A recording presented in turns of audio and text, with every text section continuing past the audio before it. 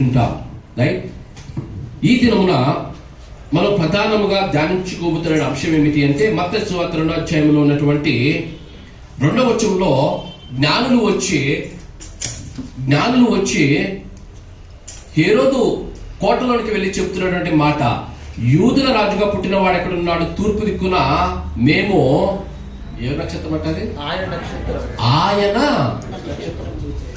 ఈ నక్షత్రం గురించి మనం ధ్యానించుకున్నప్పుడు, ఈ నక్షత్రం గురించి ఆలోచన చేసినప్పుడు, ఈ నక్షత్రం ఏమి చేసింది అంటే, ఈ నక్షత్రం ఎక్కడ ఉందంటే ఈ నక్షత్రం తూర్పు దిక్కున ఉందట. ఈ నక్షత్రం తూర్పు దిక్కున ఉండి ఆ తూర్పు దిక్కున ఉన్నటువంటి నక్షత్రము ప్రకాశిస్తూ వారికి కనిపించింది. ప్రకాశిస్తూ వారికి కనిపించి వారిని యేసుక్రీస్తు యొద్దకు వారిని నడిపించింది. యేసుక్రీస్తు యొద్దకు వారిని నడిపించి ఆ జ్ఞానులు యేసుక్రీస్తును ఆరాధించే వారినిగా చేసింది. అంతేకాదు కానీ వారు కానుకలు సమర్పించే వారిగా చేసింది. ఆయన నక్షత్రము బాగా ప్రకాశించి వారికి కనిపించేలా ప్రకాశించి వారిని క్రీస్తు యొద్దకు వారిని నడిపించిందట. క్రిస్మస్ దినాల్లో మనం ఉంటున్నాం. నేటి క్రిస్మస్ ఎలా అయిపోయాయంటే చాలా మంది విశ్వాసులు, చాలా మంది కుటుంబాలు క్రిస్మస్ నేటి దినాల్లో ఎలాగైపోతూ ఉంటున్నాయంటే, మనం చిన్నప్పుడు బాగా చాలాసార్లు వింటున్న కథే. ఒక బాబుకు బర్త్డే చేయాలనుకున్నారట. బాబుకు బర్త్డే చేయాలనుకుంటే బాగా గ్రాండ్ గా సెలబ్రేట్ చేద్దామని, బర్త్డే చేయాలని గ్రాండ్ గా సెలబ్రేట్ చేయాలని అరేంజ్ చేసుకున్నారు. అరేంజ్ చేసుకున్న తర్వాత ఏమైనా సెలబ్రేట్ చేస్తారో ఫస్ట్ వచ్చేది ఏంటి? డెకరేషన్ కదా. డెకరేషన్ వాళ్ళు వచ్చారు. డెకరేషన్ వాళ్ళు వచ్చి డెకరేషన్ చేయబోతూ ఉంటే ఊయల్లో పడుకున్నటువంటి బాబు అడ్డు వచ్చాడట. అయ్యో బాబు అడ్డుగా ఉన్నాడే, డెకరేషన్ అడ్డుగా ఉన్నాడే, బాబుని పక్కకి జరపడన్నారట. ఒక పక్కకి జరిపారు. డెకరేట్ చేసుకుని వెళ్ళిపోయారు.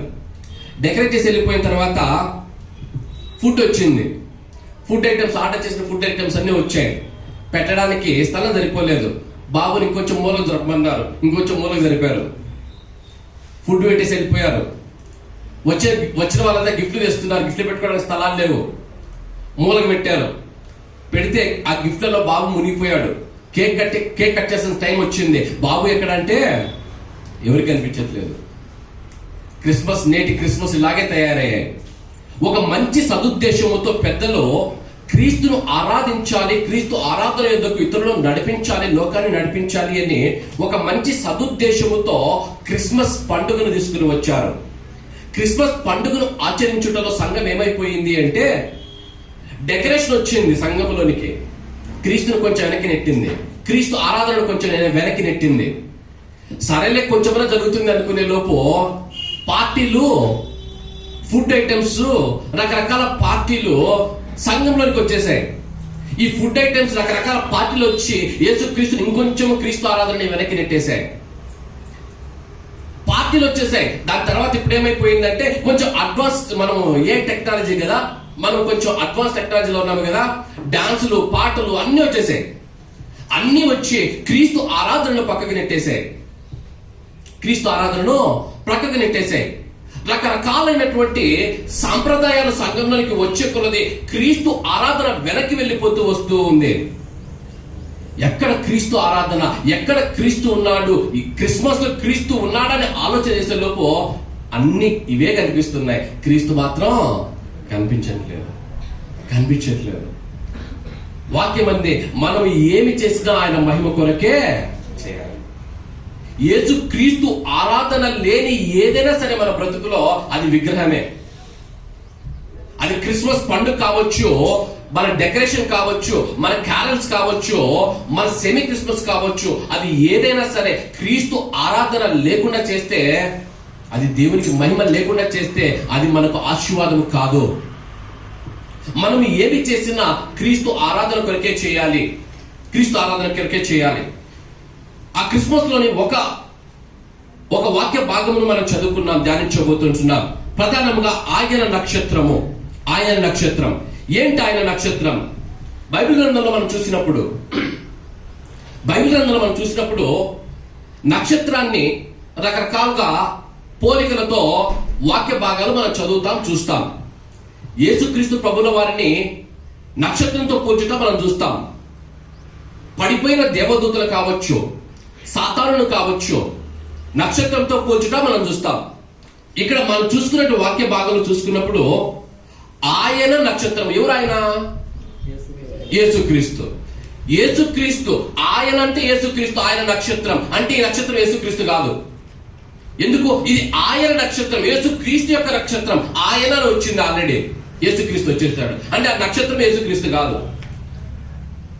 రెండోదిగా ఆయన నక్షత్రము జ్ఞానులను అక్కడ నుంచి ఎంతో దూరం నుంచి, దాదాపు 1000 కిలోమీటర్ల పైగా ఉన్నటువంటి దూరం నుంచి జ్ఞానులను యేసుక్రీస్తుకు నడిపించి వారిని ఆరాధికులను చేసింది. అంటే ఇది సాతాను నక్షత్రం అనుకుందామా? సాతాను నక్షత్రం యేసుక్రీస్తుని నడిపిస్తుందా? నడిపించే అవకాశం లేదు. సాతానుడు యేసుక్రీస్తు యుద్ధ నుంచి తీసుకెళ్తాడు కానీ యేసుక్రీస్తు యుద్ధకు ఏమన్నా నడిపిస్తాడా? నడిపించే అవకాశం లేదు. అంటే ఇది సాతానుడు కాదు, సాతానుకు పోలిక సరిపోదు. మరి ఎవరి ఆయన నక్షత్రము? ఎవరి నక్షత్రము? ఇక్కడ రాయబడినటువంటి నక్షత్రము ఎవరికి పోలికగా రాయబడి ఉంది అంటే ఫిలిప్పీ పత్రిక 2వ అధ్యాయం 16వ వచనం చదువుకుందాం. ఫిలిప్పీ పత్రిక 2వ అధ్యాయం 16వ వచనం. ఫిలిప్పీ పత్రిక 2వ అధ్యాయం 16వ వచనం. పిల్లలు మీరు కూడా ఓపెన్ చేయాలి. ఫిలిప్పీ పత్రిక 2వ అధ్యాయం.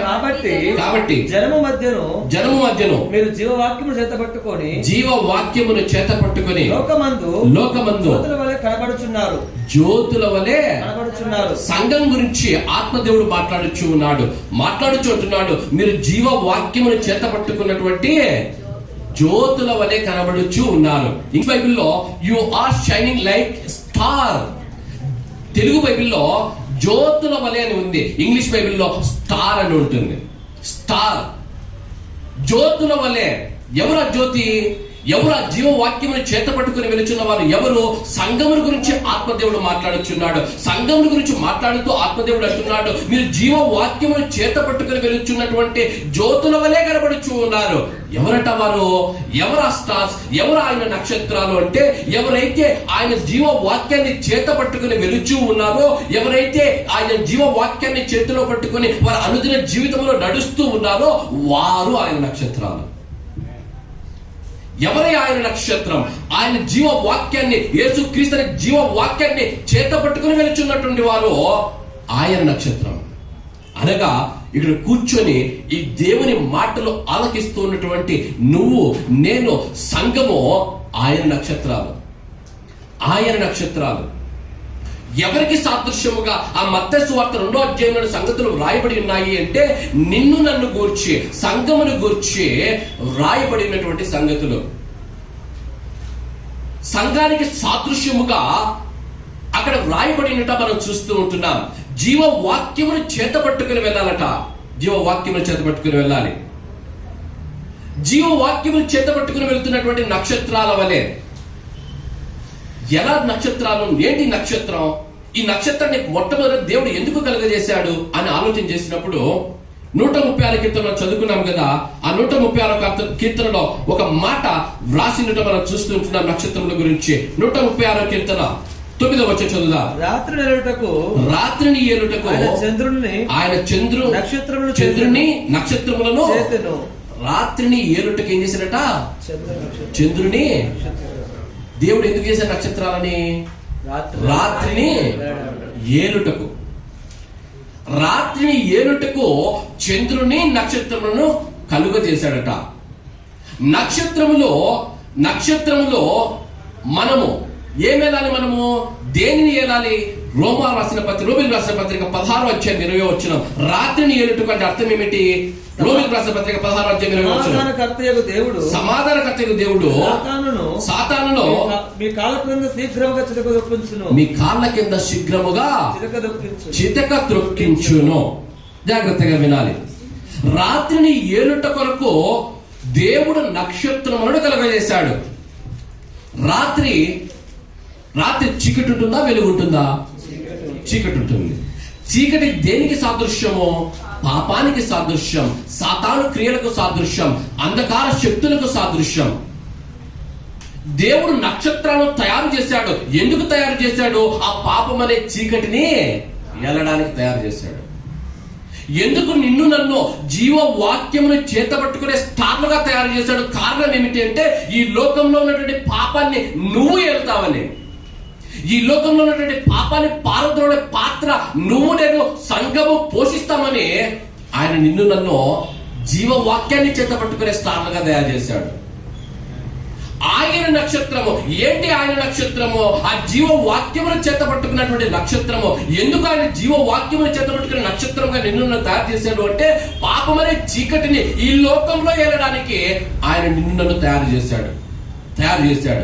ఎంతవరకు తయారు చేశాడు అంటే, ఎప్పుడైతే చీకటిలో మనం బ్రతుకుచూ ఉంటే ఆయన వెలుగుగా వచ్చి మన చీకటిని పారద్రోలి మనల్ని వెలుగుగా నిలబెట్టాడు. ఈ లోకంలో నిలబెట్టి ఇప్పుడు అంటున్నాడు మనం చదువుకునే రోమపత్రిక 16:20 అన్నాడు, సాతాను శీఘ్రముగా మీ పాదముల క్రింద త్రొక్కించదు. గమనించాలి జాగ్రత్తగా. ఇప్పుడు సాతాను ఎక్కడ ఉన్నాడు? కాళ్ళ కింద ఉన్నాడు. సాతాను కాళ్ళ కింద ఎప్పుడు ఉంటాడు? పైన నీ చేతిలో జీవవాక్యం ఉన్నప్పుడు. అర్థమవుతుందా? నీ చేతిలో జీవవాక్యం ఉంటే సాతాను నీ కాళ్ళ కింద ఉంటాడు. లేకపోతే నువ్వెక్కడ ఉంటావు? వాని కాళ్ళ కింద ఉంటావు. అర్థమవుతుందా? చేతిలో జీవవాక్యం ఉంటే వాడు నీ పాదముల కింద ఉంటాడు. చేతిలో జీవవాక్యము లేకపోతే నువ్వు నేను వాడి పాదముల కింద ఉంటావు. ఆయన నక్షత్రము ఏంటి? ఆయన నక్షత్రము అంటే జీవవాక్యమును చేత పట్టుకుని వెలుచున్నటువంటి సంఘము. ఎందుకు జీవవాక్యాన్ని చేతికి ఇచ్చాడు? కారణం ఏమిటి అంటే, ఎప్పుడైతే నువ్వు జీవవాక్యాన్ని పట్టుకుంటావో సాతానుడు వారి అంధకార శక్తులు చీకటి కార్యాలు నీ పాదముల క్రిందకి వస్తాయి. పాపము నీ మీద ప్రభుత్వము చేయదు. Sin does not have dominion over your life. నువ్వు ఎప్పుడైతే జీవవాక్యమును పట్టుకొని బ్రతుకుతావో పాపానికి నీ పైన అధికారం ఉండదు. జీవవాక్యాన్ని ఎప్పుడైతే విడిచిపెడతావో పాపము కిందికి నువ్వు వెళ్తావు. అందుకే జీవవాక్యమును చేత పట్టుకొని ముందుకు వెళ్ళాలి. బాగుంది బ్రదర్. రాత్రిని వెళ్ళడానికి నక్షత్రాన్ని మాత్రమే కాదు కదా, పక్కన ఇంకొక మాట కూడా రాశారు కీర్తనకారుడు. చంద్రుడు కూడా ఉన్నాడు. ఈ చంద్రుడు ఎవరు మరి? ఈ చంద్రుడు ఎవరు? కొంచెం సోషల్ స్టడీకి వెళ్ళాలి నేను ఇప్పుడు. సోషల్ స్టడీస్ ఏంటి? ఈ మధ్య వాకింగ్ చెప్పమంటే బ్రదర్ ఒకరోజు మ్యాథ్స్ చెప్తాడు, 6+1 7 అంటాడు. ఈ రోజు ఏమో సోషల్ స్టడీస్ అంటున్నాడు. వాకింగ్ చెప్పమంటే మ్యాథ్స్ సోషల్ చెప్తున్నా. మర్చిపోయిన టాపిక్స్ మళ్ళీ రిపీట్ చేస్తున్నాడు అనమాట. ఓకే, చంద్రుడు అర్థం కావాలంటే మొత్తం ఆదికాండ గ్రంథం 37వ అధ్యాయం. ఆదికాండ గ్రంథం 37వ అధ్యాయం 9వ వచనం చదువుదాం.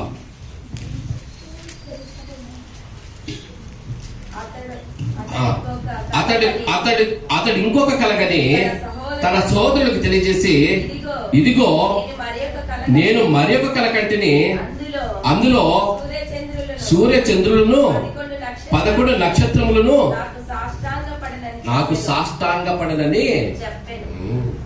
సూర్య చంద్రుల గురించి మాట్లాడుచు ఉన్నాడు ఆయన. ఎవరి సూర్య చంద్రులు అంటే యాకోబు గారు, యేసపు గారి కళ.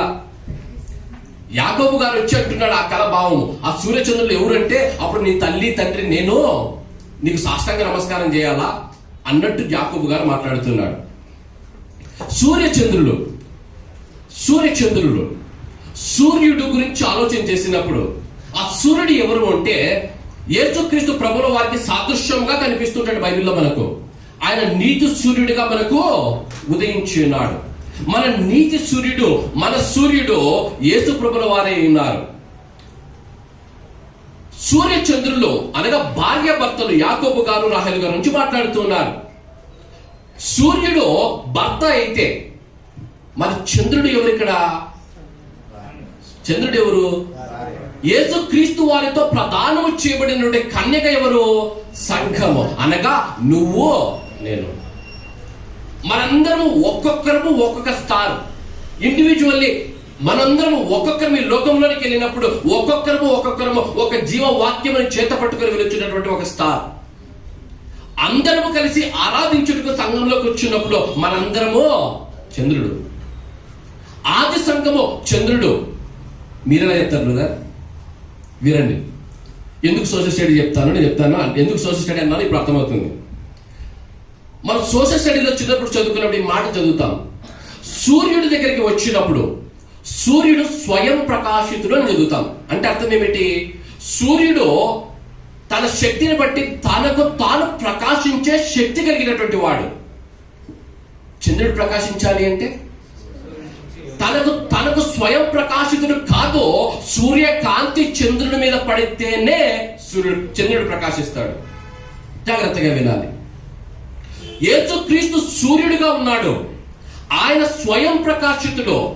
ఆయన స్వయం శక్తి కలిగినటువంటి వాడు. ఆయన దేని మీద ఆధారపడి వెలుగునిచ్చే దేవుడు కాదు. ఎందుకంటే ఆయనే వెలుగుగా ఉన్నవాడు. కానీ చంద్రుడు స్వయం ప్రకాశితుడు కాదు.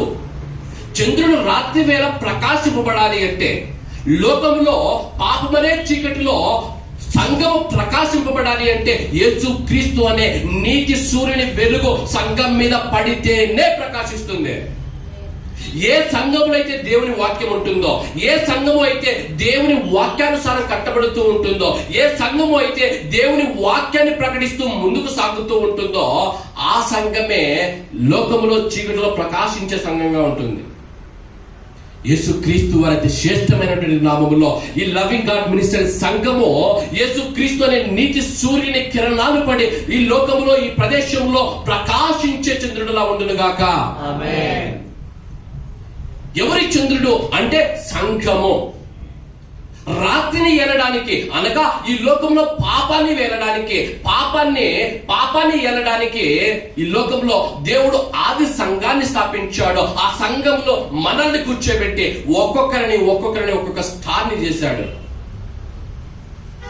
ఆయన నక్షత్రం, ఒక్కొక్కటి ఆయన నక్షత్రం గురించినటువంటి సంగతులు ఒక్కొక్కటి మీ మధ్య చావని ఆశపడచ్చు. ఒక్కొక్కటి తీసుకుని వస్తున్నా క్లుప్తంగా చెప్పడానికి ప్రయత్నం చేస్తాను. మత్తయి సువార్త 2వ అధ్యాయానికి వెళదాం. మత్తయి సువార్త 2వ అధ్యాయం మొట్టమొదటి అక్షరం ఆయన నక్షత్రం ఎవరో మనం నేర్చుకున్నాం. ఎవరు ఆయన నక్షత్రము అంటే, ఆయన నక్షత్రము ఇక్కడ కూర్చునేటువంటి ప్రతి విశ్వాసి, ఒక్కొక్క విశ్వాసి ఒక్కొక్క నక్షత్రము, జీవ వాక్యమును చేత పట్టుకుని వచ్చినటువంటి నక్షత్రం. మత్తయి సువార్త 2వ అధ్యాయం ఎక్కడ ఉందంటే ఆయన నక్షత్రం? చెప్పండి, ఎక్కడ ఉంది ఆయన నక్షత్రం? తూర్పు దిక్కున. ఏ దిక్కున ఉంది? తూర్పు దిక్కున. అందరి బైబిల్లో తూర్పు దిక్కున ఉందా? అందరి బైబిల్లో తూర్పు దిక్కున ఉంది కదా? రైట్. ఏ దిక్కున ఉంది? తూర్పు దిక్కున ఉంది. ఆయన నక్షత్రం తూర్పు దిక్కున ఉంది. ఆ నక్షత్రం ఎక్కడ ఉండాలమ్మా మనము? ఆయన నక్షత్రం మనం అయితే మనం ఎక్కడుండాలి? ఫాస్ట్ గా చేయి తీసుకొని తూర్పు దిక్కు ఎక్కడుందో వేసి కూర్చున్నారు. అన్న తూర్పు దిక్కున ఉండమన్నాడు. వాక్యంలో తూర్పు దిక్కున ఉందంట నక్షత్రము. పొద్దున లేచి తూర్పు దిక్కున ప్రార్థన చేస్తాను, తూర్పు దిక్కునే కూర్చుంటాను, తూర్పు దిక్కున ప్రయాణం చేస్తాను, తూర్పు దిక్కున డోర్ పెట్టుకుంటాను. ఇలాంటి చెప్పకండి. ప్రతి పదానికి బైబిల్లో ఒక ఆత్మీయ అర్థం ఉంది. ప్రతి పదానికి ఒక బైబిల్లో ఒక ఆత్మీయ అర్థం ఉంది. ఏంటి తూర్పు దిక్కు? ఈ తూర్పు దిక్కును గురించినటువంటి ఆత్మీయ అర్థం చూసినప్పుడు ఆదికాండ గ్రంథం మొట్టమొదటిగా తూర్పు అన్న పదం ఎక్కడొచ్చింది అని ఆలోచన చేసినప్పుడు ఆదికాండ గ్రంథంలో 2వ అధ్యాయం 8వ వచనంలో మొట్టమొదట తూర్పుల గురించి రాయబడి ఉంది. ఏంటి ఆ మాట? దేవుడైన యెహోవా తూర్పున ఏదేనులో ఒక తోట వేసి తాను నిర్మించిన నరుని దానిలో ఉంచెను. తూర్పున ఏదేను తోట వేశాడు. ఏదేను తోట వేసి దానిలో ఆదామును పెట్టాడు. ఎందుకు తూర్పున దేవుడు ఏదేను తోటను వేసి ఏదేను తోటలో ఆదామును పెట్టాడు అంటే, దేవుని ఉద్దేశము ఒకటే. దేవుడు ఆదాముతో సహవాసము చేయాలనుకున్నాడు.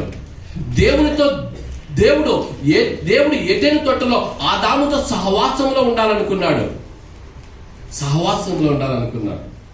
ఆ సహవాసము కొరకు, మనిషితో దేవుడు సహవాసము చేయట కొరకు దేవుడు ఏదైనా తోటలో తూర్పు దిక్కున వేసి ఆ తూర్పు దిక్కున ఏదైనా తోటలో ఆదామును పెట్టాడు. తూర్పు దిక్కు అంటే ఏంటంటే, బైబిల్ గ్రంథంలో మనకు నేర్పించినటువంటి సత్యం ఏమిటంటే, తూర్పు దిక్కు అనగా దేవుని సన్నిధికి సాదృశ్యముగానో, దేవునితో సహవాసానికి సాదృశ్యముగానో, ఆయన మహిమకు సాదృశ్యముగానో మనకు కనిపిస్తూ ఉంటుంది. తూర్పు దిక్కు ఆయనతో సహవాసంలో ఉండుట, ఆయన సన్నిధిలో ఉండుట, ఆయన మహిమ పరుచుట సాదృశ్యంగా మనం చూస్తూ ఉన్నాం. ఆయన నక్షత్రము, నువ్వు ఆయన నక్షత్రాన్ని అయితే నువ్వు ఎక్కడ ఉండాలి? ఏ దిక్కున ఉండాలి చెప్పాలి? తూర్పు దిక్కున ఉండాలి. అంటే తూర్పు దిక్కున ఉండాలంటే ఏం చేయాలి? ఆయన సన్నిధిలో ఆయనతో సహవాసము కలిగి ఉండాలని అర్థం. లోకరక్షకుడు నీ కొరకు పుట్టి ఉన్నాడు అన్నటువంటి Christmas message it's not for believers. ఎందుకు? నువ్వు ఆల్రెడీ రక్షకుడు నమ్మావు, రక్షణలో ఉన్నావు. మరి క్రిస్మస్ మెసేజ్ విశ్వాసులకి ఏమిటి? విశ్వాసులకి ఏమిటి అంటే, ఇదిగో నువ్వు దేవునితో సహవాసంలో కొనసాగుచున్నావా లేదా? అది చెక్ పాయింట్. ప్రతి క్రిస్మస్ దేవునితో నువ్వు దేవుని ఆరాధనను కొనసాగుచూ ఉన్నావా? దేవునితో సహవాసంలో కొనసాగుచూ ఉన్నావా? ఆయన మహిమపరిచే జీవితాన్ని నువ్వు కలిగి ఉన్నావా? నిత్యము అటువంటి జీవితాన్ని నువ్వు జీవిస్తున్నావా? ఇదే చెక్ పాయింట్. మనల్ని మనము పరీక్షించుకొని ముందుకు సాగవలసిన వారమై ఉన్నాం. ఏంటి? ఆయన నక్షత్రం తూర్పు దిక్కున ఉంది అంటే అర్థం ఏమిటి అంటే, నువ్వు ఆయన నక్షత్రముగా, జీవవాక్యాన్ని చేతపట్టుకుంటూ వెలుచున్నటువంటి నక్షత్రముగా దేవుని సన్నిధిలో దేవునితో సహవాసము కలిగి ఆయనను మహిమపరుస్తూ ఉండాలి. యోహాను రాసిన మొదటి పత్రిక మొదటి అధ్యాయం మొదటి అధ్యాయం కూడా వచ్చిన చదవండి. మాతో కూడా మీకును సహవాసం కలుగునట్లు మీకు సహవాసం కలుగునట్లు చూచిన దానిని చూచిన దానిని వినిన దానిని తెలియజేయుచున్నాము. మేము చూచిన దానిని వినిన దానిని మీకు తెలియజేయుచున్నాము. మన సహవాసం అయితే తండ్రితో కూడాను ఆయన కుమారుడైన యేసు క్రీస్తుతో కూడాను ఉన్నది. ఎవరితోనాలమ్మా మన సహవాసము? నువ్వు తూర్పు దిక్కున్నటువంటి ఆయన నక్షత్రానివైతే నువ్వు ఎవరితో సహవాసంలో ఉండాలి? యేసు క్రీస్తు ప్రభుల వారితో, త్రియేక దేవునితో సహవాసంలో ఉండాలి. సహవాసం అంటే ఏంటి? ఫెలోషిప్. ఓకే, సహవాసము, ఫెలోషిప్, స్నేహము. ఏంటివన్నీ? Fellowship, relationship. ఒక వ్యక్తితో నువ్వు సహవాసం లేకపోతే ఫెలోషిప్ లేకపోతే ఫ్రెండ్షిప్ లోకి రావాలంటే ఏం చేయాలి? వెళ్ళి అబ్బాయితోనో అమ్మాయితోనో మాట్లాడాలి. మాట్లాడేటప్పుడు ఒక నిమిషం హాయ్ బాయ్ చెప్తే ఫ్రెండ్స్ అయిపోతారా? ఏం చేయాలి? ఎక్కువసేపు గడపాలి. ఎక్కువసేపు గడిపి నీ గురించి ఆరు తెలుసుకుంటే అవతల వ్యక్తి తెలుసుకుని అవతల వ్యక్తి గురించి నీకు ఎక్కువ తెలిస్తే ఒకరినొకరు ఎక్కువగా తెలుసుకున్నప్పుడు ఏమవుతుంది? ఫ్రెండ్షిప్ ప్రారంభమవుతుంది. ఎంత ఎక్కువ సమయం గడిపితే అంత ఎక్కువగా వారిద్దరు బెస్ట్ ఫ్రెండ్స్ అవుతారు. అవునా? అంత బెస్ట్ ఫెలోషిప్, అంత మంచి సహవాసంలోనికి వాళ్ళు వస్తారు. దేవునితో సహవాసంలో ఉండాలి. తూర్పు దిక్కున్నటువంటి ఆయన నక్షత్రం అంటే ఏమిటి అంటే, నువ్వు అనుదినము నువ్వు దేవునితో గడపాలి. ఎలా గడపాలి? నువ్వు దేవునితో మాట్లాడాలంటే ఎలా మాట్లాడాలి? ఎలా మాట్లాడతావు? దేవునితో మాట్లాడాలంటే ఎలా మాట్లాడతావు? ప్రార్థన చేయాలి. దేవునితో మాట్లాడాలి అంటే ప్రార్థన చేయాలి. ఆయన మాట్లాడాలంటే ఏం చేయాలి? బైబిల్ తెరిచి వాక్యం చదవాలి. ఒకరినొకరు మీరు మాట్లాడుకోవాలి అంటే నువ్వు నీ సంగతి దేవుడికి చెప్పాలి అంటే నువ్వు ప్రార్థన చేయాలి. ఆయన గురించి నువ్వు తెలుసుకోవాలంటే బైబిల్ తెరిచి వాక్యం చదవాలి. ఇవి రెండు లేకుండా సహవాసం ఉంటుందా? ప్రాబ్లం ఏంటంటే విశ్వాసులు ఇదే. ఇవి రెండు వద్దు, యేసుక్రీస్తు కావాలి. ఇవి రెండు మాకొద్దు, మేము క్రిస్మస్ చేసుకోవాలి. అదెలా కుదురుతుంది? నువ్వు పక్కన ఈ లోకంలో ఉన్నటువంటి మరొక వ్యక్తితో సహవాసంలోనికి రావాలి అంటేనే గంటలు మాట్లాడితేనే సహవాసంలోనికి రావడం లేదు. మరి పరలోకంలో ఉన్నటువంటి దేవునికి సహవాసము కావాలంటే నువ్వు ఆయనతో గడపాలి కదా, ఆయనకు సమయాన్ని వెచ్చించాలి కదా. ఆలోచన చేయి. ఈ మాట గురించి నేను ఆలోచిస్తున్నప్పుడు కొత్తగా విశ్వాసంలో వచ్చే వారికి ఈ మాట సరిపోతుంది. మరి విశ్వాసంలో ఉన్న వారికి నేను ఆలోచన చేస్తూ ఉంటే, మనం బెస్ట్ ఫ్రెండ్స్ అయిన తర్వాత, ఈ లోకంలో ఉన్నటువంటి వ్యక్తులతో బెస్ట్ ఫ్రెండ్స్ అయిన తర్వాత ఎంతమంది బెస్ట్ ఫ్రెండ్స్ ఈ రోజుకి మనకు బెస్ట్ ఫ్రెండ్స్ గానే ఉన్నారు? ఒకవేళ మన ఎలిమెంటరీ స్కూల్ ఉంటుంది కదా, first elementary school, first standard నుంచి ఫిఫ్త్ స్టాండర్డ్ వరకు, హై స్కూల్కి వెళ్ళక మునుపు అక్కడ మనకు కొంతమంది బెస్ట్ ఫ్రెండ్స్ ఏర్పడి ఉంటారు. ఇక్కడ కూర్చున్న వారిలో ఎంతమంది ఆ బెస్ట్ ఫ్రెండ్తో ఇంకా కొనసాగుతూ ఉన్నారు? 1% అని ఉన్నారా? ఒకరున్నారు, ఒకరు, ఇద్దరు, ముగ్గురు, నలుగురు. అంతమంది బెస్ట్ ఫ్రెండ్స్ ఉన్నారా? ఉండము. ఒకరు ఇద్దరు, ఒక 10 మంది ఉంటే ఒకరు ఇద్దరు. తర్వాత హై స్కూల్కి వస్తాం, మరలా బెస్ట్ ఫ్రెండ్స్ వస్తారు. 10 మంది అయితే మహా అంటే ఒకరితో ఇద్దరితో కొనసాగిస్తాం. ఇంజనీరింగ్కి వస్తాం, ఇంజనీరింగ్ లో కూడా బెస్ట్ ఫ్రెండ్స్ వస్తారు. ఈ ఉద్యోగాలు వచ్చి మ్యారేజ్ చేసుకొని స్థిరపడ్డ తర్వాత బెస్ట్ ఫ్రెండ్స్ తో గ్యాప్ వస్తుంది. ఎందుకు గ్యాప్ వస్తుంది? గ్యాప్ ఎందుకు వస్తుంది? మ్యారేజ్ అయిన తర్వాత, సెటిల్ అయిన తర్వాత, జాబ్స్ వచ్చి సెటిల్ అయిన తర్వాత రోజు 2 గంటలు మాట్లాడుకునే వాళ్ళం గంట మాట్లాడుకుంటాం, టైం ఉండదు. గంట మాట్లాడుకునే వాళ్ళం అర్ధగంట మాట్లాడుకుంటాం, అర్ధగంట మాట్లాడుకునే వాళ్ళం 5 మినిట్స్కి వస్తాం, 5 మినిట్స్ మాట్లాడుకునే వాళ్ళు ఎప్పుడో ఫంక్షన్స్ కానీ గలవు. ఎప్పుడైతే గ్యాప్ వచ్చిందో బెస్ట్ ఫ్రెండ్స్ కాస్త డిస్టెన్స్ ఫ్రెండ్స్ అయిపోతారు. బెస్ట్ ఫ్రెండ్స్ కాస్త డిస్టెన్స్ ఫ్రెండ్స్ అయిపోతారు. ఎంత డిస్టెన్స్ ఫ్రెండ్స్ అయిపోతారు అంటే, ఎప్పుడో గానీ ఏదో సందర్భంలో ఫ్యామిలీ ఫంక్షన్స్ లోనో, ఈవెంట్స్ లోనో, ఊర్లో ఏవో ఫంక్షన్లు జరిగితే తప్ప కలవలేని, మాట్లాడలేనంత దూరం అయిపోతుంది. లాస్ట్ ఏమైపోతుంది అంటే, వాళ్ళ లైఫ్ లో ఏం జరుగుతుందో వీడికి తెలియదు, ఈ లైఫ్ ఏం జరుగుతుందో అవతల వారికి తెలియదు. ఎందుకు చెప్తున్నాను ఈ మాట? ఎప్పుడైతే గ్యాప్ వస్తుందో, ఎప్పుడైతే ఆ ఫెలోషిప్ తగ్గిపోతుందో గ్యాప్ పెద్దదవుతూ వస్తూ ఉంటుంది. ఒకనొక దిన ఆ గ్యాప్ ఎంత పెద్దదవుతుందంటే మరలా తిరిగి కలుసుకోలేనంత గ్యాప్ అయిపోతుంది. మరలా తిరిగి కలుసుకోలేని గ్యాప్. దేవునితో సహవాసం కూడా అంతే. నీ అనుదిన జీవితంలో విశ్వాసంలోనికి వచ్చిన తర్వాత దేవునితో సహవాసము, నిత్యము దేవునితో సహవాసంలో నువ్వు లేకపోతే, ఆయన వాక్యాన్ని చదువుతూ ప్రార్థనలో గడుపుతూ నువ్వు ఆయనతో సహవాసంలో లేకపోతే, ఒక దినము కాస్త 2వ దినము, 3వ దినము తర్వాత చూద్దాం అనుకున్నామంటే ఆ గ్యాప్ కాస్త ఎంత దూరం వెళ్ళిపోతుంది అంటే లాస్ట్ కి వచ్చి యేసుక్రీస్తు ఎవరిని అడిగే స్థితికి వెళ్ళిపోతావు. ఐఎమ్ టాకింగ్ ట్రూ, నిజమే మాట్లాడుతున్నాను. That's very practical, very practical. అందుకే అనుదినము దేవునితో సహవాసంలో ఉండాలి. ఆయన నక్షత్రము. ఎవరు ఆయన నక్షత్రము? జీవవాక్యమును చేత పట్టుకుని వెళుచున్నటువంటి నువ్వు నేను ఆయన నక్షత్రం. ఆయన నక్షత్రం ఎక్కడుందట? ఏ దిక్కునుంది? తూర్పు దిక్కునుంది. అంటే ఆయనతో మనము సహవాసంలో ఉండాలి, సహవాసంలో ఉండాలి. రెండో మాట నేను జ్ఞాపకం చేస్తాను. ఆయన నక్షత్రం, ఆయన నక్షత్రం. గమనించండి, తూర్పు దేశపు జ్ఞానులు ఉన్నారు. తూర్పు దేశపు జ్ఞానులు దేవుని ఆరాధించడానికి వెళ్చి ఉన్నప్పుడు వెళ్ళడానికి ఈ నక్షత్రం ఎంతగానో తోడ్పడింది.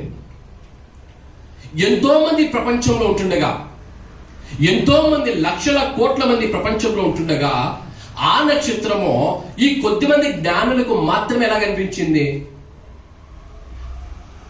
మొదటి ప్రశ్న. రెండోది అతి ముఖ్యమైన ప్రశ్న. నక్షత్రాలు కొన్ని లక్షల కిలోమీటర్ల దూరంలో, భూమికి కొన్ని లక్షల కిలోమీటర్ల దూరంలో ఉంటున్నాయి. వేల లక్షల కిలోమీటర్ల దూరంలో ఉన్నటువంటి ఆ నక్షత్రం భూమి మీద ఉన్నటువంటి జ్ఞానులకు కనిపించాలి అంటే అది ఎంత ప్రకాశవంతంగా వెలిగితే కనిపించిండాలి, ఎంత ప్రకాశవంతంగా వెలిగింటే కనిపించిండాలి. ఆలోచన చేయండి. అంటే ఈ నక్షత్రము, ఆయన నక్షత్రము ఏదేదో నామకే వాస్తు లైట్ తో ఉండలేదు. అద్భుతమైన ప్రకాశవంతంగా అన్ని నక్షత్రాలు పక్కన పెట్టినప్పుడు అది ఎంతో ప్రకాశవంతమైన నక్షత్రముగా వారికి కనిపించింది. ఆ ప్రత్యేకమైన నక్షత్రాన్ని చూసినప్పుడు వీళ్ళకి డౌట్ వచ్చింది, ఇదేందో ఎక్స్ట్రా లైట్ ఉంది దీనిలో ఏదో ప్రత్యేకత ఉందని దాని గురించి వెతకడం ప్రారంభించారు. అప్పుడు తెలిసింది వారికి, ఎక్కడో రాజు పుట్టాడు. ఆరాధించడానికి వచ్చేసారు. ఈ మాట మీకు బాగా అర్థం కావాలి అంటే, మంచి స్టార్ తెచ్చాం, ఇంట్లో పెట్టాం. స్టార్ ఇంటికి పైన బాగా మంచి హైట్ చూసి, మంచి ప్లేస్ చూసి అందరికీ కనిపించేలా స్టార్ పెట్టాం. రాత్రి అవుతారు అందరికీ కనిపిస్తుందా? మా రాత్రి అవుతారు అందరికీ? ఎందుకు పెట్టంగా స్టార్ కనిపించాలంటే ఏముండాలి? లైట్ ఉండాలి. స్టార్ వెలగాలి అంటే, స్టార్ వెలిగి అవతల వారికి కనిపించాలంటే దానిలో వెలుగు ఉండాలి. ఆనాటి ఆయన నక్షత్రం కొన్ని లక్షల కిలోమీటర్ల దూరంలో ఉన్న జ్ఞానులకు ప్రకాశవంతంగా కనిపించింది. ఫిలిప్పీ పత్రిక మనం చదువుకున్న 2వ అధ్యాయం 16వ వచనం. ఆయన వాక్యమును చేత పట్టుకొని వెళ్ళాలి. ఆయన వాక్యం అనగా ఏంటి? ఆయన వాక్యం. నువ్వు ప్రకాశవంతంగా వెలగాలి అంటే ఆయన వాక్యాన్ని చేత పట్టుకోవాలి. అంటే అర్థం ఏమిటి? యోహాను సువార్త 1:1 చదువుకున్నాం కదా. ఆదియందు వాక్యం ఉండెను, వాక్యము దేవుడై ఉండెను. తర్వాత ఆ వాక్యం తర్వాత ఏదైతే అది వెలుగై ఉండి ఆయనలో జీవం ఉండేను, ఆ జీవము మనుషులకు వెలుగై. ఆ వాక్యం ఏమంట? వెలుగు. వెలుగు వాక్యం, వెలుగైనటువంటి వాక్యం. నువ్వు ఇతరులకు ప్రకాశవంతంగా కనిపించాలి అంటే, ఇతరులకు యేసుక్రీస్తు వాక్యాన్ని ప్రకటించాలి అన్నా, చూపించాలి అన్నా, నీ చేతిలో ఉన్నటువంటి జీవ వాక్యము, నువ్వు చేతిలో జీవ వాక్యం అనే వెలుగును పట్టుకోవాలి. నువ్వు ప్రకాశవంతంగా కనిపించాలి అంటే, చీకటిలో ఉన్నటువంటి లోకంలో ఉన్నటువంటి ప్రజలకు నువ్వు వెలుగై కనిపించాలి అంటే నువ్వు జీవ వాక్యం అనే వెలుగును పట్టుకోవాలి. ఒట్టి నక్షత్రం వేస్తే లైట్ ఇయ్యదు, దానిలో బల్బ్ పెట్టాలి, లైట్ ఉండాలి. నువ్వు నక్షత్రము, నేను నక్షత్రంగా నిలబడతాను బ్రదర్ అంటే కుదరదు. నీ చేతిలో జీవవాక్యం అనే వెలుగును పట్టుకొని ప్రకాశించాలి. కొన్ని లక్షల కిలోమీటర్ల దూరంలో ఉన్నటువంటి ఆ జ్ఞానులకు ఆయన నక్షత్రం ప్రకాశవంతంగా కనిపించింది అంట. మత్తయి సువార్త 5:16 చదువుకున్నాం మనం. మత్తయి సువార్త 5:16 ఏంటి ప్రకాశవంతంగా కనిపించడం అంటే?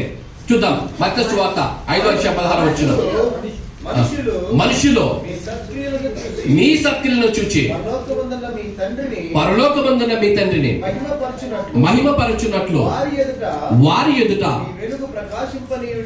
మీ వెలుగును. ఏ వెలుగును ప్రకాశించాలి మనం ఈ లోకంలో? ఏ వెలుగును ప్రకాశింప చేయాలి మనము? సత్క్రియలో యేసుక్రీస్తు మనకు ఏ విధమైనటువంటి సత్క్రియలను నేర్పించాడో, మంచి పనులు నేర్పించాడో, మంచి ఆలోచనలు నేర్పించాడో అవి లోకానికి చూపించాలి. యేసుక్రీస్తు ప్రేమను లోకానికి చూపించాలి. యేసుక్రీస్తు దయాగుణాన్ని లోకానికి చూపించాలి. యేసుక్రీస్తు దయాలత్వాన్ని లోకానికి చూపించాలి. ఆయన క్షమాగుణాన్ని లోకానికి చూపించాలి. ఆయన నక్షత్రం ఎలా ఉండాలి అంటే, నీ సత్క్రియలను మనుషుల ఎదుట చూపిస్తూ వారి ఎదుట మీ వెలుగును ప్రకాశింపనీయుడి. ఆయన నక్షత్రం కొన్ని లక్షల కిలోమీటర్ల దూరంలో ఉన్నటువంటి ప్రకాశిస్తూ ఉంటే జ్ఞానులకు కనిపిస్తూ ఉందట. ఆయన నక్షత్రముగా ఉన్నటువంటి నువ్వు పక్కింటోళ్ళకన్నా కనిపిస్తున్నావా? ఎదురింటోళ్ళకన్నా కనిపిస్తున్నావా? నీ పక్కన కూర్చున్నటువంటి నీ తోటి ఎంప్లాయీ కన్నా కనిపిస్తున్నావా? కొన్ని లక్షల కిలోమీటర్ల నక్షత్రం జ్ఞానులకు కనిపించింది. ఎప్పుడైతే నువ్వు జీవ వాక్యమును చేత పట్టుకొని నీ సత్క్రియలు చూపించడం ప్రారంభిస్తావో, నీ పక్కనున్న వారు కాదు, నీ ఎదురున్న వారు కాదు, నీ పక్క వీధులు, ఆ పక్క వీధి వాళ్ళు పక్కన ఊరులో మాట్లాడుకుంటారు నీ సత్క్రియల గురించి. మాట్లాడుకోవట్లేదా మనము? పలానా ఆయన ఇట్లా అంట, పలానా ఆయన గొప్పతనం ఇదంట అని మాట్లాడుకోవట్లేదా? పలానా ఆయన ప్రేమ ఇంతంట అని మాట్లాడుకోవడం లేదా?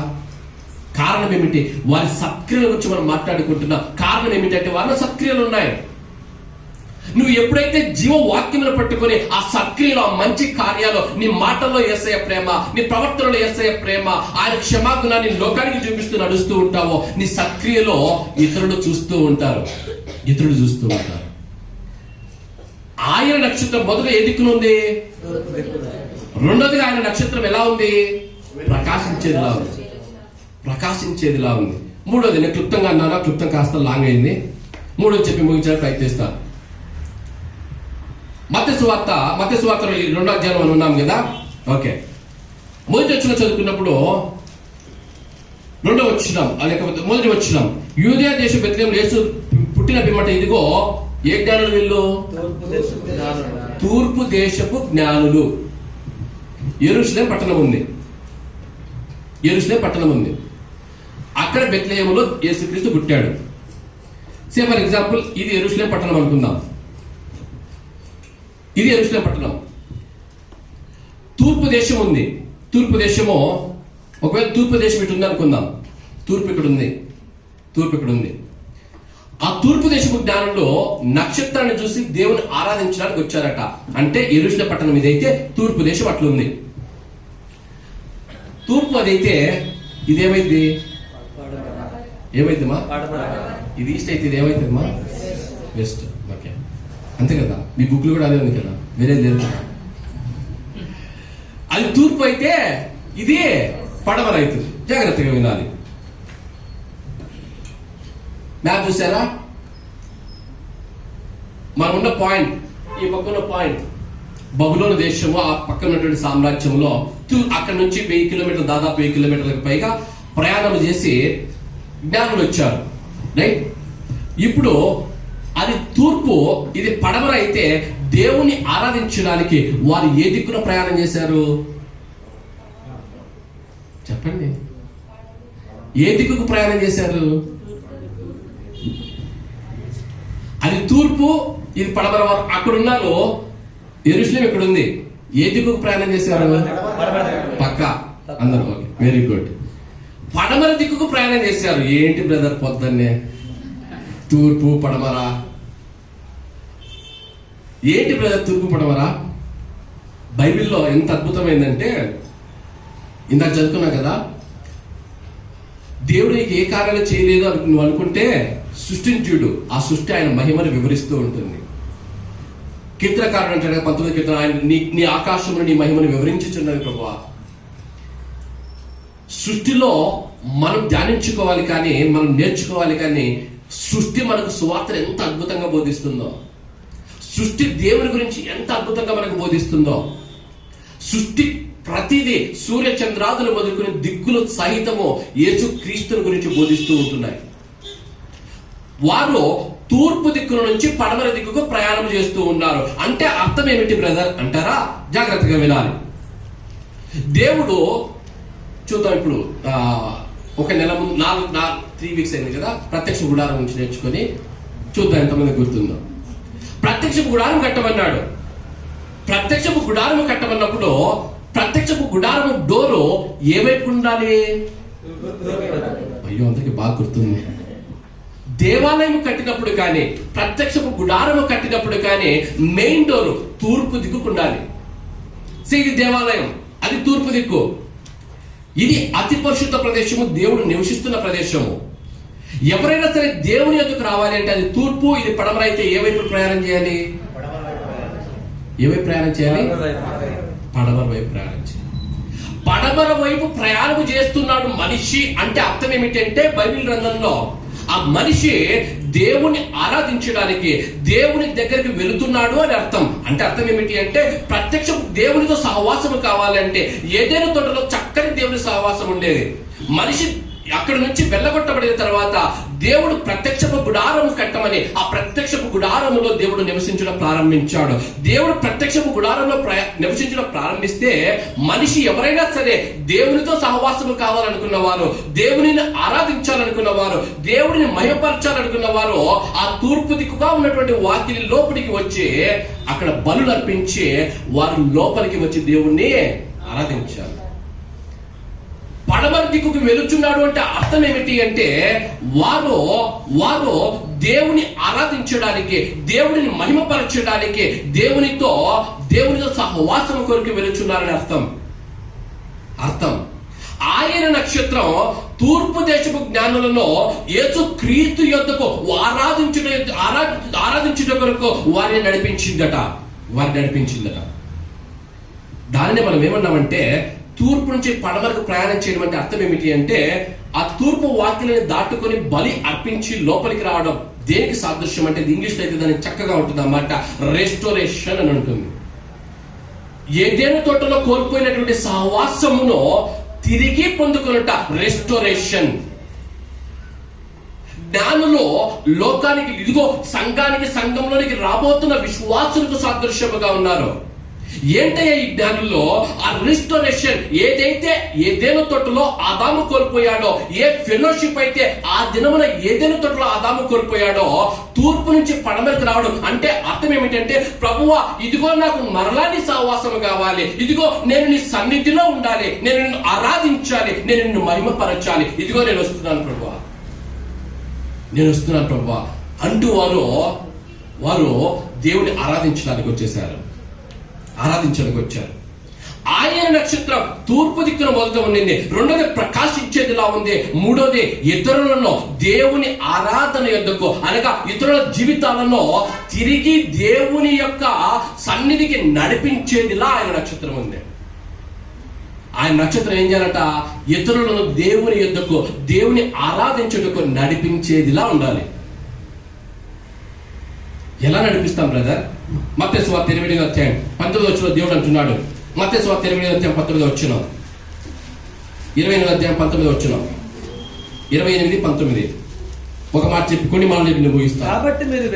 కాబట్టి మీరు వెళ్ళి సమస్త జనులను శిష్యులుగా చేయుడి, తండ్రి యొక్కయు కుమారుని యొక్కయు పరిశుద్ధాత్మ యొక్కయు నామములోనికి వారికి చాలు. ఏం చేయాలట? మీరు వెళ్ళి సర్వ సృష్టికి సువార్తను ప్రకటించాలి. తండ్రి యొక్క కుమారుని యొక్క పరిశుద్ధాత్మ యొక్క నామములోనికి వారికి బాప్తిస్మము ఇవ్వాలి. మత్తయి సువార్త 1వ అధ్యాయంలో వంశావళితో ప్రారంభమైంది. 2వ అధ్యాయం వచ్చినప్పుడు తూర్పు దిక్కునటువంటి ఆయన నక్షత్రం కనిపిస్తుంది. చివరికి వచ్చేలోపు ఆయన నక్షత్రం యొక్క బాధ్యతను గుర్తు చేస్తూ ముగించబడుతుంది. ఏంటి ఆయన నక్షత్రం యొక్క బాధ్యత? సర్వ సృష్టికి వెళ్ళి సువార్తను ప్రకటించాల్సిన బాధ్యత ఎవరిది? ఆయన నక్షత్రానిదే. ఏంటి ఆయన నక్షత్రం? ఆ దినమున ఆయన నక్షత్రం క్రిస్మస్ దినములో చేసినటువంటి పని ఈ దినమున ఎవరు చేయాలి? నువ్వు, నేను. జీవవాక్యమును చేత పట్టుకుని వెళుతున్నటువంటి ప్రతి విశ్వాసి బాధ్యత. ఎప్పుడైతే నేను ఈ మాట అంటానో, మీరు సువార్త ప్రకటించాలి, వాక్యం చెప్పాలి, దేవుని దిగుతూ నడిపించాలి, ఇతరులకు మీరు వెలుగుగా ఉండాలి. ఇవన్నీ ఎప్పుడైతే చెబుతానో మైండ్ ఎక్కడికెక్కడికో వెళ్ళిపోతుంటుంది. అదేంటి బ్రదర్, నాకు చదువు రాదు కదా, వాక్యం ఎలా చెబుతానని ఒకరు. అయ్యో నాకు మాట్లాడటమే రాదు బ్రదర్, నేను ఎలా వాక్యం చెప్పగలను అని ఒకరు. అయ్యో నేను స్టేజ్ ఫియర్ బ్రదర్, మైక్ పట్టుకుంటే చేయి గడగడ వణికిపోతుంది, నా వల్ల కాదు బ్రదర్, నేను ఎలా వాక్యం చెబుతాను, నా వల్ల కాదు బ్రదర్. ఎంతసేపు సువార్త చెప్పాలి అంటే మైక్ పట్టుకొని చెప్పే దాని గురించి ఆలోచన చేస్తూ ఉంటాం. నేను చాలాసార్లు చెప్పిన, మరలే చెప్తున్నాను, నా ఉద్దేశంలో మైకు పట్టుకొని చెప్పే సువార్తే కాదు. అదేంటి బ్రదర్ అంత మాట అనేశారు? అఫ్కోర్స్ ఒకవేళ 10 రకాల సువార్తలు ఉంటే ఆ లాస్ట్ కేటగిరీ ఏదైతే ఉందో మైకు పట్టుకొని చెప్పేది. మరి ఏంటి సువార్త చెప్పాలి, ఎలా చెప్పాలి అంటే మన జీవితమే ఒక సువార్త. మన జీవితమే సువార్త. That is called life style evangelism. జీవన విధానముతో కూడినటువంటి సువార్త. ఈ జీవన విధానముతో కూడిన సువార్తలు చెప్పడానికి చదువు అక్కర్లేదు, పెద్ద పెద్ద క్వాలిఫికేషన్ అక్కర్లేదు, నీకు పెద్ద పెద్ద జ్ఞానం ఉండాల్సిన అవసరం లేదు. యేసుక్రీస్తు వాక్యాన్ని చేత పట్టుకొని ఆ వాక్య ప్రకారం జీవిస్తే అదే సువార్త.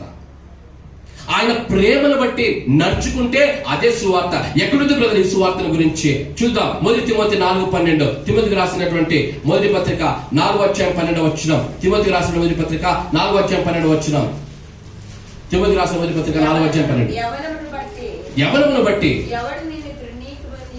ఎవడు నేను తృణీకరింపనీయకుమో, కానీ మాటలలోను ప్రవర్తనలోను ప్రేమలోను విశ్వాసములోను పవిత్రతలోను విశ్వాసులకు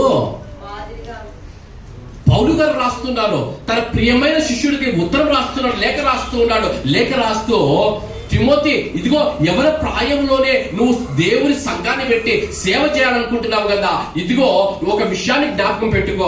ఏంటయ్యా అంటే నీ మాటలు, నీ ప్రవర్తన, నీ విశ్వాసము, నీ పవిత్రమైన జీవితము, నీ పరిశుద్ధత మాదిరికరంగా ఉండాలి. అనగా నువ్వు చెప్పే వాక్యం ఏదైతే ఉందో, నీ బోధించే వాక్యం ఏదైతే ఉందో, ఆ వాక్యము నీ ప్రేమలో కనిపించాలి, నీ మాటల్లో కనిపించాలి, నీ విశ్వాసంలో కనిపించాలి, నీ పవిత్రమైన జీవితంలో కనిపించాలి. This is called lifestyle evangelism. వాక్యం ఎక్కడ కనిపించాలమ్మా? గోడల మీద కాదు, ఇంట్లో. ఎక్కడ కనిపించాలి వాక్యం? ఎక్కడ కనిపించాలి? మన బ్రతుకులో కనిపిస్తూ ఉండాలి. ఆయన ప్రేమను గురించిన అద్భుతమైన కొటేషన్స్ గోడల మీద కాదు, మన బ్రతుకులో కనిపించాలి. బైబిల్ తల కింద పెట్టుకొని పడుకోవడం కాదు, ఆ బైబిల్ మన బ్రతుకులో ఉండాలి. బైబిల్ బ్రతుకులో ఉంటే తల కింద పెట్టుకోవాల్సిన అవసరం లేదు. బైబిల్ ఎక్కడ ఉండాలి, దేవుని వాక్యం ఎక్కడ ఉండాలి అంటే నీ మాటల్లో ఉండాలి, నీ ప్రవర్తనలో ఉండాలి, నీ పరిశుద్ధమైన జీవితంలో ఉండాలి, నీ ప్రతి దినము నీ అనుదిన జీవితంలో కనిపిస్తూ ఉండాలి, వినిపిస్తూ ఉండాలి. అదే సువార్త. ఈ సువార్త చెప్పడానికి పెద్ద పెద్ద నువ్వేమి క్వాలిఫికేషన్ లో సంపాదించుకోవాల్సిన అవసరం లేదు. ఈ సువార్త చెప్పడానికి నువ్వు బైబిల్ని అనర్గళంగా చదివి ధ్యానించేసి బైబిల్ కాలేజీలో పెద్ద కోర్సు చేయాల్సిన అవసరం అంతకన్నా లేదు.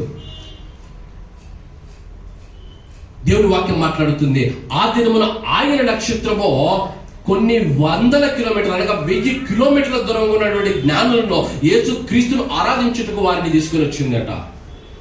ఈనాటి క్రిస్మస్ దినాల్లో ఆత్మదేవుడు మనతో మాట్లాడుచున్నాడు. ఆయన నక్షత్రముగా ఆయన జీవవాక్యమును చేత పట్టుకుని వెలుచున్నటువంటి నువ్వు ఎంతమందిని యేసుక్రీస్తు దగ్గర నడిపించేవాడవుగా ఉన్నావు, నడిపించేదానవుగా ఉన్నావు. నీ చుట్టూ ఉన్న వారికి ఆయన ప్రేమను నీ జీవితం ద్వారా నువ్వు తెలియజేస్తున్నావా? చాలాసార్లు చెప్పిన కథ మళ్ళీ చెప్పి నేను ముగిస్తాను. సందర్భం వచ్చింది కదా మళ్ళీ చెప్తున్నాను. ఓ పాస్టర్ గారు ఉన్నారంట. ఈ పాస్టర్ గారికి ఒక బలహీనత ఉంది, అందరిలాగే మనలాగే. బలహీనత ఏంటంటే ఈయన డ్రైవ్ చేసేటప్పుడు ఎవరైనా అట్టం వస్తే నాకు మహా చిరాకు, బాగా కోపం వచ్చేస్తుందట. కోపం వచ్చేస్తుంటే పాస్టర్ గారు ఎవరో ఇన్వైట్ చేస్తే తెలిసిన వాళ్ళు ఇన్వైట్ చేస్తే కూర్చున్నాడు, మంచి చక్కగా వాక్యానికి సిద్ధపడ్డాడు. ప్రేమ అంటే ఏంటి, సమాధానం ఏంటి, శాంతి ఏంటి, మంచి వాక్యం దేవుడు ఇచ్చాడు, అద్భుతమైన వాక్యం ఇచ్చాడు దేవుడు. బాగా సిద్ధపడి ఆదివారం వచ్చింది, వాక్యం చెప్పడానికి బయలుదేరారు అమ్మగారు అయ్యగారు. కార్లో వెళ్తుంటే కొద్ది నిమిషాల్లో ఇంకా చర్చి వచ్చేస్తుంది అనగా సైకిల్లో ఒక వ్యక్తి అడ్డొచ్చాడు. అడ్డు రాగానే సడన్ బ్రేక్ వేశాడు అయ్యగారు. ఎక్కలేం కోపం వచ్చి డోర్ తీసుకుని వెళ్ళిపోయి అనాల్సిన మాటలన్నీ అన్నాడు, అనరాని మాటలన్నీ అనేసాడు. బుద్ధి ఉందా లేదా, అడ్డొస్తావా, చచ్చిపోతావా, ఏదో తీసాడు. అమ్మగారు బలవంతంగా తీసుకొచ్చి లోపలికి వచ్చి పెట్టింది. కోపం ఎక్కువైపోతుంది ఈ మధ్య. అయ్యా నువ్వు పాస్టర్ అయ్యా అని చెప్తుంది, ఆయన ఏం లేదు. లోపల వచ్చి కూర్చున్నారు, ప్రయాణం అయ్యారు, వెళ్తా ఉంటే ఆగింది, కారు ఆగింది. చర్చి దగ్గర వచ్చి కారు ఆగింది. అయ్యగారు మీకు కోపం తగ్గిందా అని అడిగింది అమ్మగారు. తగ్గిందమ్మా చెప్పు అన్నాడు. ఏం లేదు, మీ కోపం తగ్గితే ఒక విషయం చెప్పాలని అప్పటి నుంచి వెయిట్ చేస్తున్నాను, ఒక విషయం చెప్పాలి మీకు. ఏంటమ్మా అంటే, మీరు ఇందాక తిట్టారు కదా, ఆయనే మన ఇన్వైట్ చేశాడు, మన వెనక వస్తున్నాడు. ఈ సంఘ పెద్ద ఆయన మన వెనక వస్తూ ఉన్నాడు. ఇప్పుడు చెప్పాలి, వచ్చాడు, ముందు కూర్చుంటాడు. అద్భుతమైన దేవుని వాక్యం ఏం చెప్పాలి? ప్రేమను గురించి, సమాధానం గురించి చెప్పాలి. అద్భుతమైన దేవుని వాక్యం ఈయన చెబితే ఆయన వింటాడా? ఆయన ఏమనుకుంటాడు? నీ ప్రేమ నేను చూడలేదా, ఇందాక నీ ప్రేమను నేను చూశాను కదా. That's what exactly happening with believers today. That's what happening. జనవరి మొదలుకొని డిసెంబర్ నెల వరకు చుట్టూ ఉన్న వారికి మన ప్రేమను అద్భుతంగా చూపించేసి డిసెంబర్ 25వ తేదీ మా పాస్టర్ చెప్పాడు, యేసుక్రీస్తు మీ కొరకు పుట్టినాడట, రండి మా చర్చికి, ఆయన ప్రేమల గురించి చెబుతామంటే 11 నెలలు చూసాంలే అమ్మా నీ ప్రేమ. 11 నెలలు చూసా కదా నీ ప్రేమ ఎట్లాంటిదో. అందుకు వాక్యం అంటుంది, దేవుని ప్రేమ నీ మాటల్లో, నీ ప్రవర్తనలో, నీ విశ్వాసంలో అనుదినము కనిపించాలి. ఆ ప్రేమను చూపించినప్పుడు నువ్వు అవతల వ్యక్తికి వెళ్ళి వాక్యము చెప్పి పిలిస్తే, ఈ దేవుని ప్రేమను మేము చూసామమ్మా అని వస్తారు. ఈ దేవుని ప్రేమను మేము చూసాం బ్రదర్ అని వస్తారు. సంవత్సరం పొడుగునా కొట్లాడి డిసెంబర్ నెల వచ్చింది, దేవుడు మీ కొరకు పుట్టినాడు, ఆయన ప్రేమామయుడు అని చెప్తే వింటారా? అందుకే విశ్వాసికి ఖచ్చితంగా ఉండాల్సింది సాక్ష్యము, మంచి సాక్ష్యము. ఆ మంచి సాక్ష్యము లేకుండా దేవుని ప్రేమను గురించి ఎంత చెప్పిన అవతల వ్యక్తులు వినరు. లాగిపెట్టి కొట్టి దేవుడిని ప్రేమిస్తున్నాడని వింటారా? వినరు. ఆలోచన చేయండి. ఆయన నక్షత్రం ఏ దిక్కునుండాలి? తూర్పు దిక్కున. అనుదినము నువ్వు ఆయనతో సహవాసంలో ఉండాలి. రెండోదిగా ఆయన నక్షత్రం ఎలా ఉండాలి? ప్రకాశించేదిలా ఉండాలి. నువ్వు ఆ జీవ వాక్యమును పట్టుకుని సక్రియలతో లోకానికి చూపించాలి. మూడోదిగా ఆయన నక్షత్రము ఇతరులు దేవుని దేవుని ఆరాధించేదానికి నడిపించింది. ఇతరులను నువ్వు యేసుక్రీస్తు దగ్గర నడిపించే నక్షత్రంలా ఉండాలి. అటువంటి కృప పరిశుద్ధాత్మ దేవుడు మనకు, మన కుటుంబాలకు, సకల లోక పరిశుద్ధులకు అనుగ్రహించి నడిపించును గాక. ఆమేన్.